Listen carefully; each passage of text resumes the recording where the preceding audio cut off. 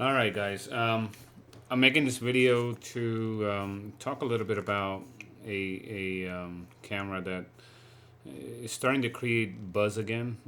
It's about 4 years old. But what's happening is the price is dropping like crazy, especially with the X-PRO2 out, and XT1 has come out, and so many new products have come out. The XT10. Ever since the X-PRO1 was originally introduced into the market. And Fuji had their own thoughts when they actually built it. And 4 years later, that camera is still clicking, and just wanted to do a video on my thoughts on it, and I'm actually on the verge of just picking up another one, as cheap as they are, and the image quality out of it and the look, and we'll get into that in this video right after this. All right, guys, so we're back with X-PRO1. I'm going to flip it around a little bit so you can actually see it right side up this way, and you can see what the top looks like, the back looks like. I'm pretty sure you can get a lot of these pictures on the internet. You can look it up. I do have a plate on here. It makes it easier for me to carry it. It's because I got big hands, and it makes it just absolutely perfect. Okay, so let's get right into it. What is it that we're trying to do? So the focus test, right? It didn't focus this fast before, especially with backlit subjects. You can see what it's doing right now.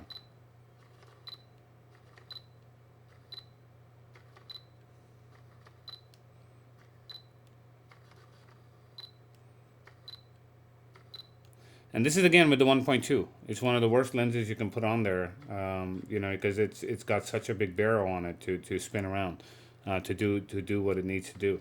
But anyway, it still goes into all the different places and finds it. Now, if I go to the multi area, it tries to go.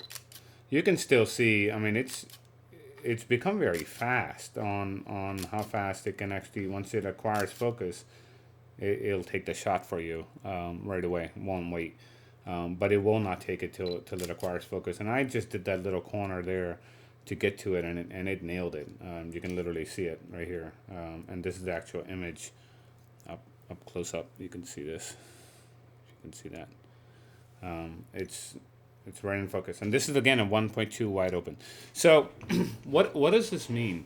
I don't know what Fuji's doing, but they definitely are apparently doing something right. Unlike Sony, every time they fool around with their firmware, it actually gets worse. Not to say that Fuji's never had issues; they all have issues, but this X-PRO1 becomes very hard to overlook right now at $499 for the body.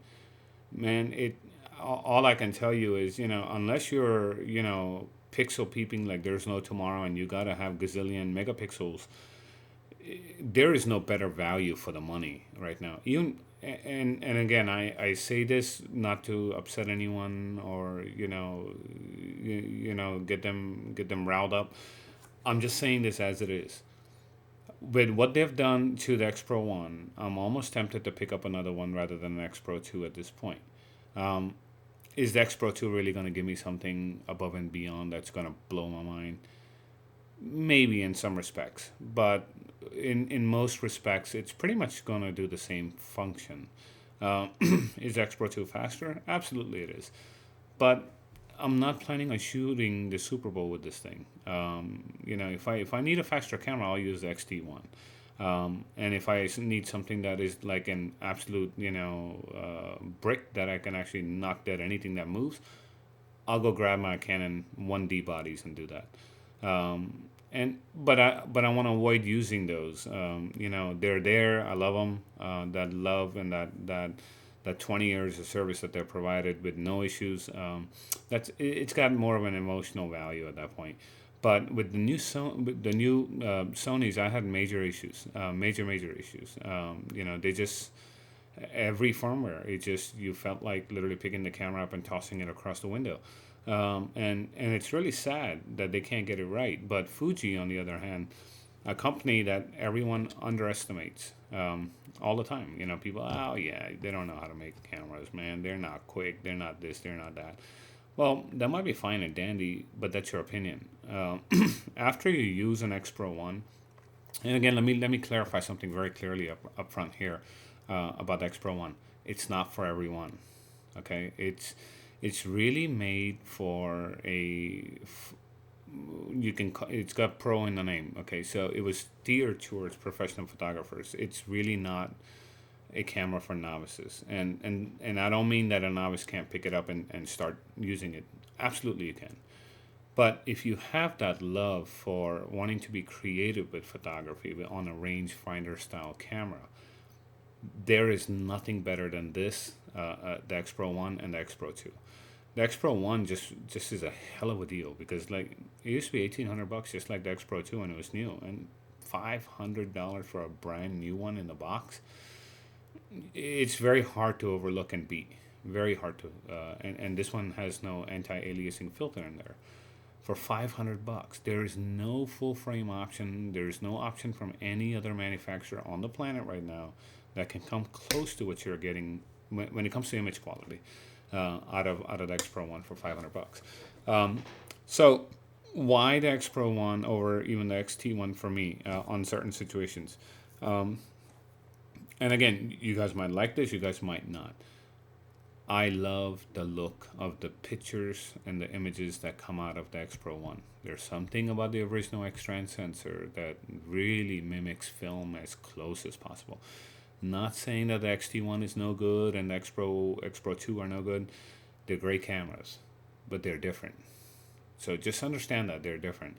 So for me, after this update, I'm very tempted to literally, pick up an X-PRO1 with the 27 millimeter kit that B&H has for $699.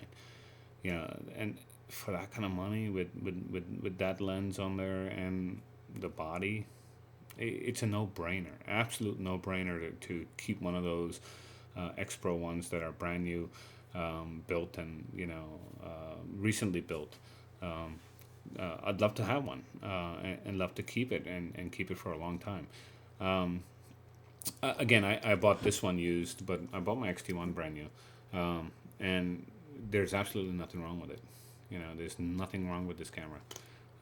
And just when I got it, it was version 1 dot something on there. I went to 3.4, I believe, on there, and then 3.5 and now 3.6, and every time the whole camera is different, and it gets faster or better. So it's almost like I might as well invest again in that another one of these, because Fuji is obviously investing their time into making improvements to this camera that came out about 4 years ago, and I love that about them, that they're not abandoning their products even 4, 5, 6 years later, and that speaks very highly of them. And for me, it's kind of important shooting, weddings, shooting, corporate events and large scale events. I know for a fact that I have a product in my hand where the company backs it, just like Canon did and Nikon did, with theirs. So you have that confidence when you're shooting it, that if something happens, that they're going to take care of it. It's not going to be an issue, and you're not going to get the runaround. So again, that's my thought. You might agree, you might not. I'd be very curious to get your thoughts and comments because, again, there's no right or wrong answer in this. It's just something that I've really been tossing up in my head for the last 1 week, and I just can't get it out of my head, is where the prices have gone, especially with X-PRO2 coming out. And the X-PRO2 is a beautiful camera. I had the liberty to play with it. But honestly, after having the XT1 with the articulating screen and having the X-PRO1, it's not something that said, here's my credit card, just give it to me. It didn't happen for me. And again, maybe it happens for you and you love it. That's awesome. One day I would love to do that, because I do have a major love for shooting across film. I've actually shot the actual neopan across film, the real deal, on my Canon F1.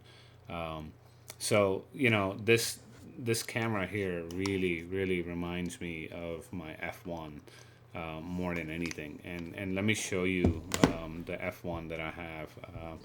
Yeah, let me grab it. Give me 1 second.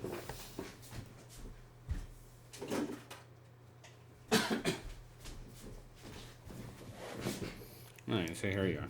So this is what it looks like. And I mean, if you look at them, they're. I'm trying to get both of these guys in the frame for you. You can get an idea. It really reminds me of this F1, and this is a absolute beast, and so is this the way it's built. It's solid metal. You can't go wrong with that.